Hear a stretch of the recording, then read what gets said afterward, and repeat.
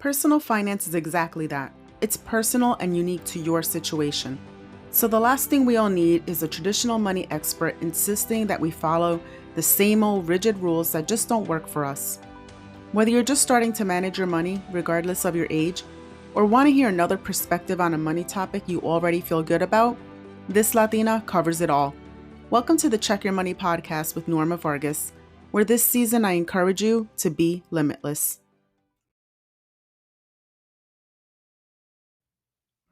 Hi, everyone. Welcome back to Check Your Money. This is Norma Vargas, your host. So, the last two episodes, I talked about buying a house or not buying a house, whatever works for you. And today I want to talk about financial health. This is going to be a little bit of a rough topic. I did this in a two-part series, but I'm going to break that up just because it can be a little heavy. I mentioned during a previous episode how when my dad died, I had stopped opening the mail just for like 3 months, pretty much. It was an incredibly difficult time, and I had something to point to as the reason. But there are many that go through these kind of episodes for no apparent reason. And I use that word on purpose and with emphasis because oftentimes poor mental health doesn't make sense to those who just don't get it. Sometimes there's a trigger, but sometimes there isn't. It just happens. You're probably wondering why I'm even talking about this. What does this have to do with money, Norma? Well, research has shown that mental health issues such as depression and anxiety are 3 times as likely to happen when a person is in debt. Poor financial health can lead to poor mental health. The stats. Approximately 34% of Hispanic or Latinx, whichever term you prefer, adults with mental illness will receive treatment in each year compared to the US average of 45%. Now, to me, this was mind blowing, but in a different way. I thought it was going to be much lower. And I'm hoping that this is high, quote unquote, high, because of a shift in mindset. But respondents admitted to irrational and self destructive behaviors motivated primarily by a desire to avoid the reality of their financial problems. And that's a direct quote from this particular study. Health insurance is a reason why those who don't seek help. According to the Kaiser Family Foundation in 2018, 19% of Hispanic people had no form of health insurance. Mind you, 2018, this is pre-COVID. Another reason why Hispanics typically don't get treatment is legal status. For immigrants who come here without documentation, the fear of deportation can prevent them from seeking help. And then, of course, there's the stigma.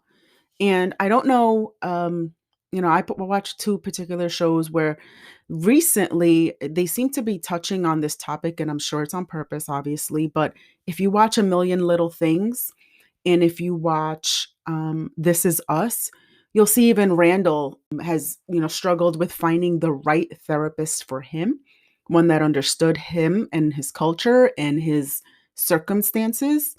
And his wife often says, "Is this a moment where you need to call your therapist?"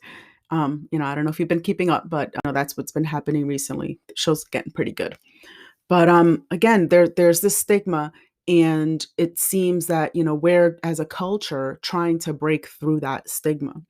So, what kind of mental health am I talking about, and how do you know if you or someone you know may be having financial issues that are affecting their mental health? Now, I'm going to preface this by saying I am no mental health expert. I am not an expert in your mental health and anyone else's mental health. I'm barely an expert in my mental health, but I can tell you what I've been through. I can tell you what has helped me come through those moments and those periods, because they're not moments usually, they're periods of time. So I can tell you what's helped me, and I hope that it helps you. And if you're not the one going through this, if anything, I hope that it helps you spot this in someone you love and maybe help you have some kind of conversation with them, or you just try to help them out. Because again, this is hard for people who have gone through it and they feel alone. And that's really the biggest thing about it, is that you feel alone even though you're not actually alone. But I know for myself, I tend to seclude myself when I'm going through rough times. That's my thing. I know I shouldn't do it. I know I've got people that care about me.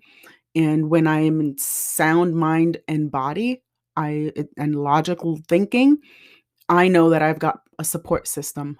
But when I'm in those bubbles, logic is out the window. And again, for those who haven't gone through it, you're probably going to turn me off at this point because you're like, you could just snap out of it. I'm here to tell you, you can't just snap out of it. I know I can't snap out of it. That's for sure. So, what kind of mental health am I talking about? Again, per the National Institute of Mental Health, there are some symptoms of depression. And I'm going to add my insight. If you recognize any of these in yourself or someone you love, as I said, just stay tuned for Check Your Knowledge, or what I refer to in my notes as CYK, but Check Your Knowledge. I've got some really great resources that I found while I was doing the research for this episode. So, number 1, persistent, sad, anxious, or empty mood. For me, when I've gone through financial issues, and by issues, I mean lots of crazy going on at once, and I feel the snowball, I get anxious. The feeling of hopelessness and pessimism. This is the feeling that things will never get better. Oftentimes, when I'm in my bubble, I can't see past the bubble. It's hard to poke through it and realize there's another side. It's hard to see past the past due notices. And now we get them all in email. So it's like now you can't even go on your phone without seeing, oh, your account is past due, or this is the amount due. There's just not enough income to cover your bills or your debt. And so you, again, feel hopeless and pessimistic, like you're just not going to get out of it. Feelings of guilt, worthlessness, and helplessness. I would feel bad that I let myself get out of control. I remember going through this in my mid-20s and thinking, what the fuck did I even buy? I think I just went to the diner a lot. What the fuck was I thinking? I grew up in Jersey, so diner, that's the thing. That's where you go. It's where you go before stuff, where you go after stuff. It's just the thing. And I spent a lot of money at the diner. Loss of interest or pleasure in hobbies and activities. I would just stop going out. I would let text messages pile up. I truly, truly, truly just did not want to be bothered. At this point, I could probably say that the one person who I thought would stick stuff out with me forever is now someone I just casually speak to. It's a shame that some people just kind of back off, and don't really let you go through your stuff. But I do have some amazing, amazing friends that have definitely stuck by me. I'm just surprised about this one person, but hey, it is what it is. Decreased energy, fatigue, or being slowed down. Oh, I just wouldn't eat. I actually have someone in my life who notices this, and he would say, you're not eating things. What's wrong? Difficulty sleeping, early morning awakening, or sleeping. The circle of thoughts that literally just go round and round in your head. That's how I explain it. If anyone goes through this, they'll understand what I mean. I haven't really come across many people who get this, but the thoughts literally just circle my head. What I've been doing lately though is to-do lists. They're really, really helpful. And then I've posted this on Instagram, but I also keep a little planner. So as my bills come in, I write down when they're due. Like I'll write down when I pay it, not when they're due. If they're auto pay, I write down, okay, so like the 17th, Spectrum is coming out, whatever it is. And I write down that amount. And then I also keep track of my paydays there. So I have like the PD every other Friday. And then I have the bill amounts that come in and when they're going to post. And that's helpful for me because I know, okay, so this paycheck covers this paycheck covers that, and then I've got this much left. That's how I do my budgeting. Whatever helps for you works for you. Again, like I keep saying, there is no rule. Get out of the box. Whatever works for you works for you. For me, it's the little planner. Appetite or weight changes. You're just so stressed you don't eat, or you just stop caring and you overeat. This one's the heavy one. Thoughts of death or suicide attempts. Let's just say the hopelessness feeling is a bitch. restlessness, irritability. Okay, you guys already know I have an issue with my R's. Okay, so there's no editing I could really do to fix this situation. So I just leave them in there. But anyway, irritability. You just mad. You just mad all the time. And persistent physical symptoms. So this one's an interesting one. There's a book that I read a few years ago called Deadly Emotions. And I recommend that you guys check it out for anyone who's going through maybe emotional issues and physical issues.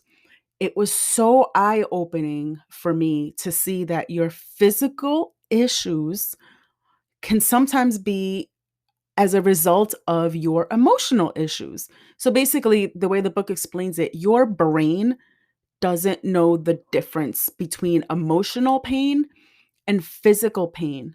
Pain is pain. Think about that. It's insane. It was insane to me. It was eye-opening, total aha moment.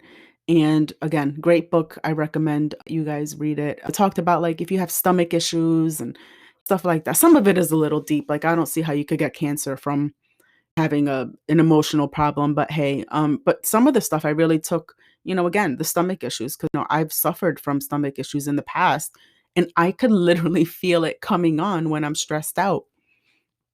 And money, of course, is going to be one of those things that stresses you out. I mean, you can't do hardly anything without money. And of course, you can go hiking, and there's definitely activities that you can do with money. I mean, without money, sorry. But you've got to pay rent, you've got a car, you've got to eat.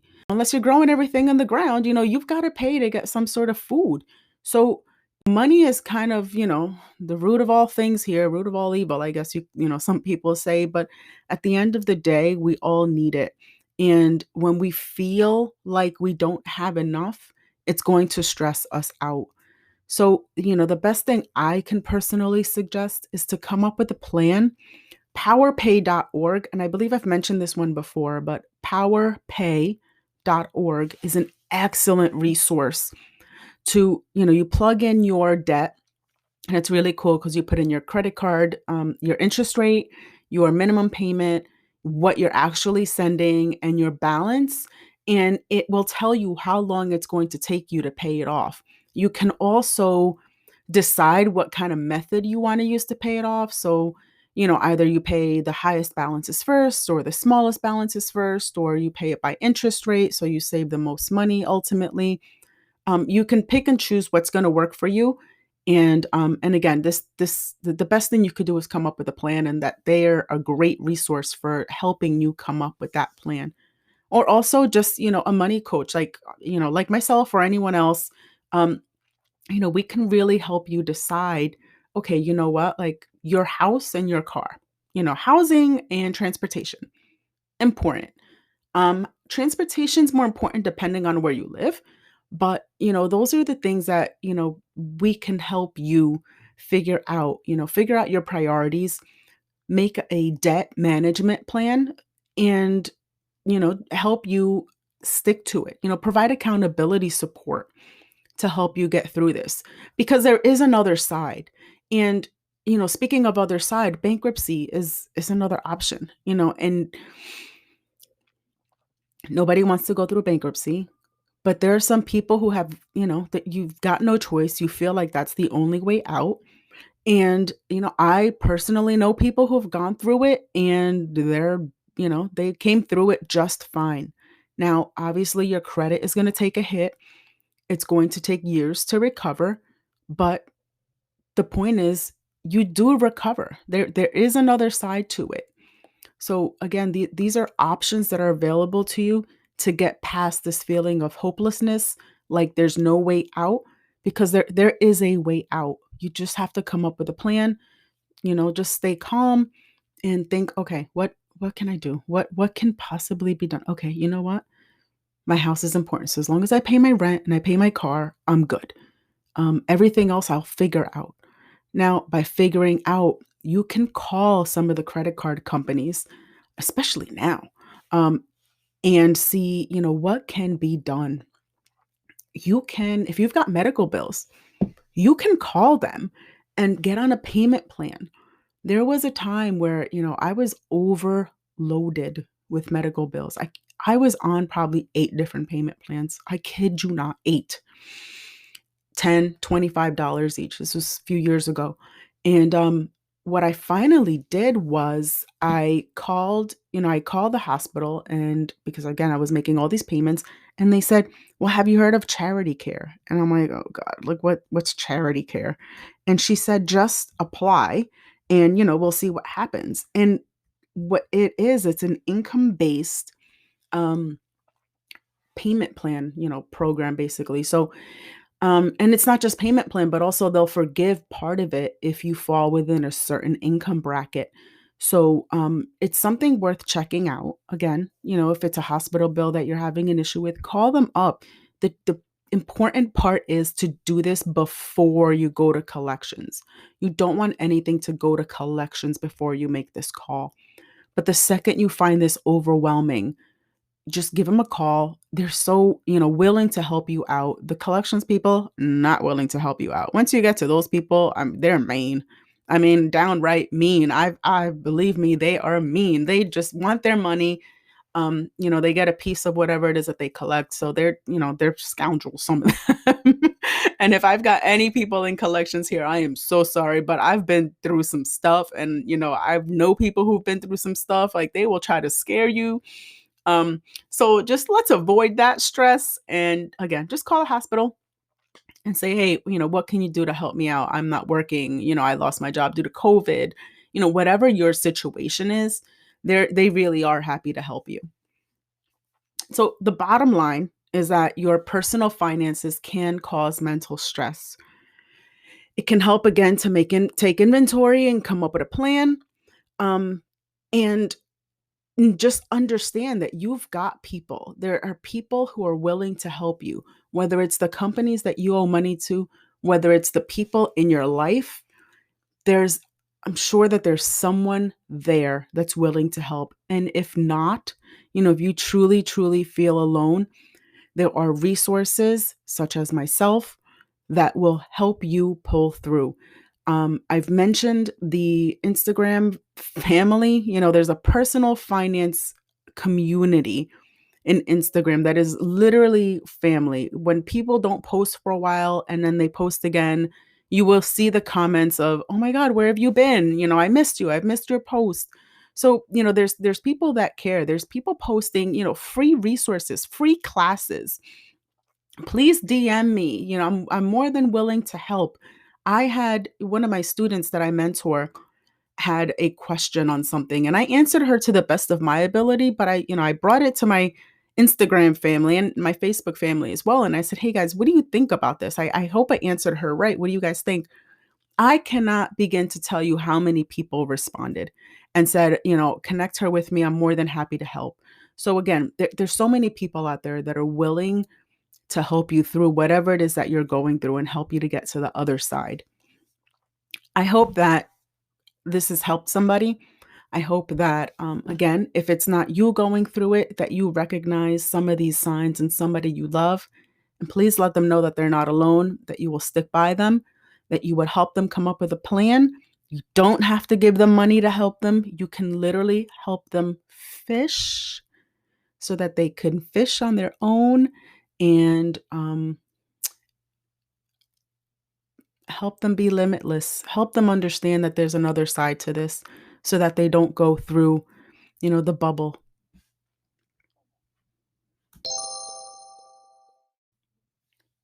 Check your knowledge. Language can be a barrier to seeking help for mental health issues. Not just language, but also they don't get my life, they don't get my culture, they don't get my background. As I did some research to try to find resources, I came across this amazing website. Two really, but one was I blew blown away, shouted from the rooftops. Therapyforlatinx.com has a member directory. You plug in your zip code, you plug in how you're going to pay, and they will find you a therapist in your area, or even like through telehealth. So you do it like online, and it's someone from the Latinx community that understands your background, understands your culture, understands all of this stuff.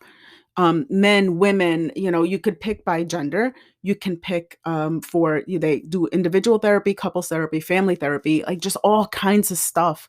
So I suggest you guys check it out. If you don't need it, please post it on your social media. Please tell people, that this amazing resource exists. I had no idea. I will suggest it forever. The other one I found is Mental Health America. So it's mahnational.org. They have a part there that's called Latinx Hispanic Communities and Mental Health. They have screening tools in English and Spanish, and they have dozens, like I couldn't even count, of Spanish language resources. Guys, this is amazing. So if you need help, maybe just talking to your families, this is, well, you know what? That's kind of a tough one, especially for us, like to go to your tia and be like, oh yeah, you know what? I think you need this, but but you get my point. If the door is open to suggest this, let's just leave it at that, because I don't want to cause any family drama. There's no way I could suggest to my mom, hey, you might want to take a look at this. But listen, guys, it's out there. I just needed a little chuckle. This was a heavy subject, but just know that you're not alone. Be limitless. Check your money, but don't go crazy checking your money. And I use the word crazy loosely. Just don't obsess. It can really, mess you up. That's all I got today. Thank you so much for listening. Have a great day, and be limitless. Thank you so much for listening today. I really appreciate your support and welcome your feedback. You can do that by liking, sharing, and rating. I also invite you to check out my website, checkyourmoney.today. You'll find links to my YouTube channel, upcoming blog, and so much more. Don't forget to check your money and be limitless. The information provided in the Check Your Money podcast, associated social media accounts, and website is intended solely for the personal, non-commercial use of the user who accepts full responsibility of its use. While we have taken every precaution to ensure that the content of the aforementioned is both current and accurate, errors can occur.